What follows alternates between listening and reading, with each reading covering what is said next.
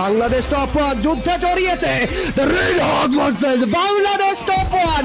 জিতবে কারা, বিদায় কারা নিবে দেখার বিষয়। হেলথের ঘাটতি বা তার উপর ডাইরেক্ট কিল করতে চায়, বাবুজরা পিছিয়েছে, প্রান্ত পিছনে শুভ, তাকেও দেখবো স্প্লিট হবে, মেহেদি এগিয়ে যাবে, ব্লেডকে হামলা করেছেন, ড্যামেজ ডিল করেছেন, রাহাত ব্লেডকে সাপোর্ট দিতে চলে এসেছে।